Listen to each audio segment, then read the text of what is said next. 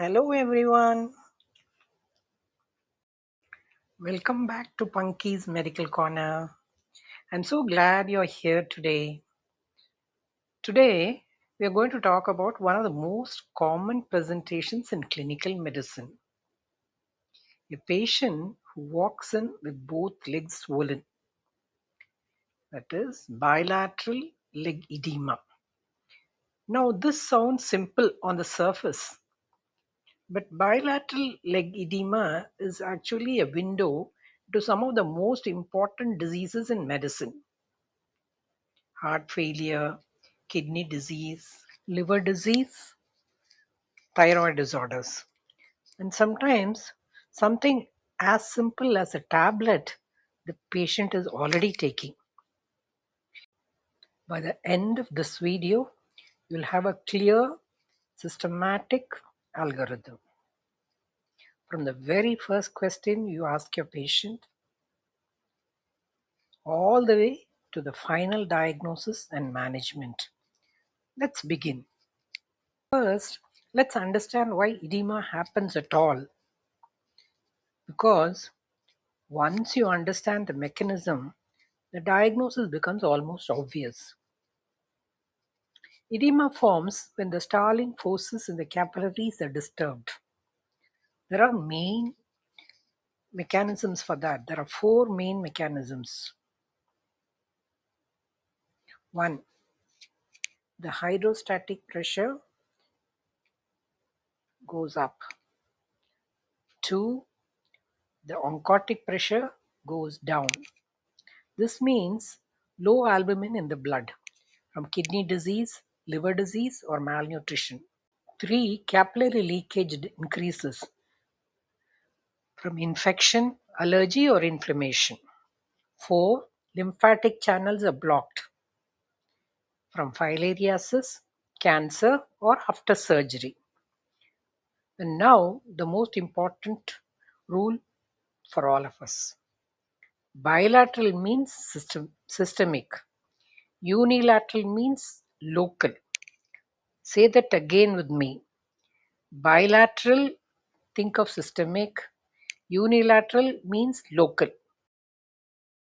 If both legs are swollen, your brain goes immediately to the heart, the kidneys, the liver, the thyroid, and blood proteins.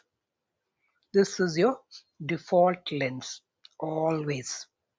Now let's take a focused view. History is the most important, powerful diagnostic tool, more powerful than any blood test or scan. Ask, when is the swelling worse? If it is worse in the evening, think cardiac or venous. If it is present even in the morning, when the patient wakes up, think kidneys, think nephrotic syndrome. Question 3. Is it associated with breathlessness? Yes. Heart failure must be excluded first. Ask, is your urine frothy? Frothy urine means protein is leaking. That means kidney disease, nephrotic syndrome. Do not miss this one. Now, one question that junior doctors very commonly forget. What medicines are you currently taking?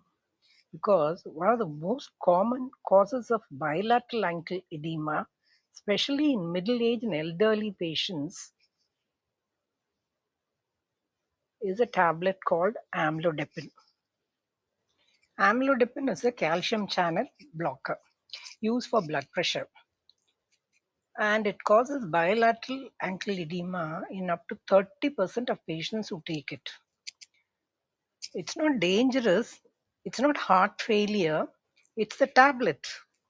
Always take a drug history, always. Now, let's examine the patient. Start with a general look. Puffy face in the morning, think of nephrotic syndrome. Moon face, think of steroids. Dull, dry skin, slow speech, Think of hypothyroidism and myxedema. A malnourished child with a swollen abdomen, think of kwashiorkor. Now assess the edema itself carefully. Press your thumb firmly over the shin bone for 5 seconds. Does it pit? Grade the pitting from 1 plus to 4 plus. Check the level, ankles only, up to the knee, up to the thigh, all the way to the sacrum. That is anasaka. Is it non-pitting? Then think lymphedema or myxedema. For lymphedema, use the Stemmer sign. Try to pinch the skin at the base of the second toe. If you cannot lift it, Stemmer's sign is positive and lymphedema is confirmed. Now, examine the cardiovascular system and focus on one crucial sign, the JVP, the jugular venous pressure. This is your single most important examination finding in bilateral edema.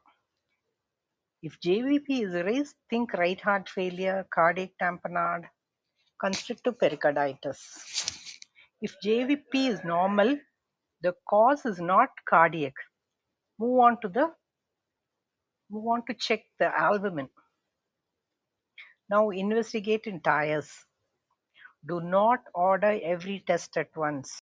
Tire 1 for every single patient. Urine dipsticks, looking for protein in blood. Serum albumin. Low albumin means kidney, liver or nutritional cause. Urea and creatinine for renal function.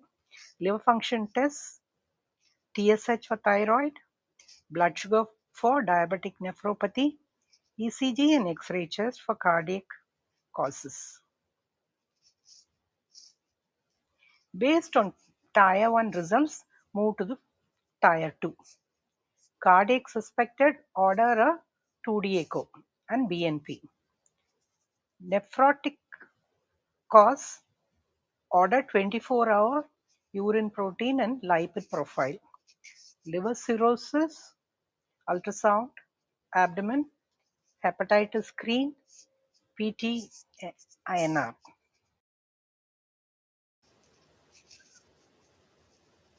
Lymphedema, lymphoscintigraphy or MRI. Malignancy suspected, CT of chest, abdomen and pelvis. Now management, the most important principle. Do not just give a diuretic and send the patient home. Find the cause, treat the cause. Cardiac failure, furosemide is the mainstay. Add ACE inhibitor, spironolactone, beta blocker in stable disease. Restrict salt and fluid. Monitor weight daily. Nephrotic syndrome, treat the underlying glomerular disease. Minimal change disease responds beautifully to steroids. Add ACE inhibitor to reduce protein loss. Liver cirrhosis, spironolactone is your first choice, not furosemide. Add furosemide only if needed in a 100:40 ratio. Restrict salt. Hypothyroid myxedema, give levothyroxine. The edema will resolve completely. Remember, diuretics will not work here because this is GAG deposition, not fluid. Drug-induced, stop the offending drug, usually resolves completely within weeks. Lymphedema, and this is very important, do not give diuretics. They are ineffective and harmful in lymphedema. The correct treatment is manual lymphatic drainage, compression garments, exercise and elevation. Now, let's talk about edema across different age groups because age changes everything. In a newborn, especially a baby girl with puffy swollen dorsum of hands and feet from birth, your first thought should be Turner's. Turner's is 45X, only one X chromosome. Classical signs: lymphedema of hands and feet at birth, webbed neck, low posterior hairline, coarctation of aorta. Diagnosis is with karyotype. In children, the most important diagnosis is nephrotic syndrome, minimal change disease. Watch for periorbital puffiness and frothy urine. Responds beautifully to steroids. Also think kwashiorkor, protein energy malnutrition, in a malnourished child with edema and skin changes. In young adults, think cyclic edema in women, pregnancy, oral contraceptive pills, nephrotic syndrome, filariasis in endemic areas. In middle age, cardiac failure becomes prominent. Hypothyroidism is very common in women, diabetic nephropathy, and amlodipine. In the elderly, a special warning. In an elderly patient with bilateral leg edema and no obvious cause, always examine for lymph nodes. Do a rectal examination in men. Do a pelvic examination in women. Malignancy can present this way and it must not be missed.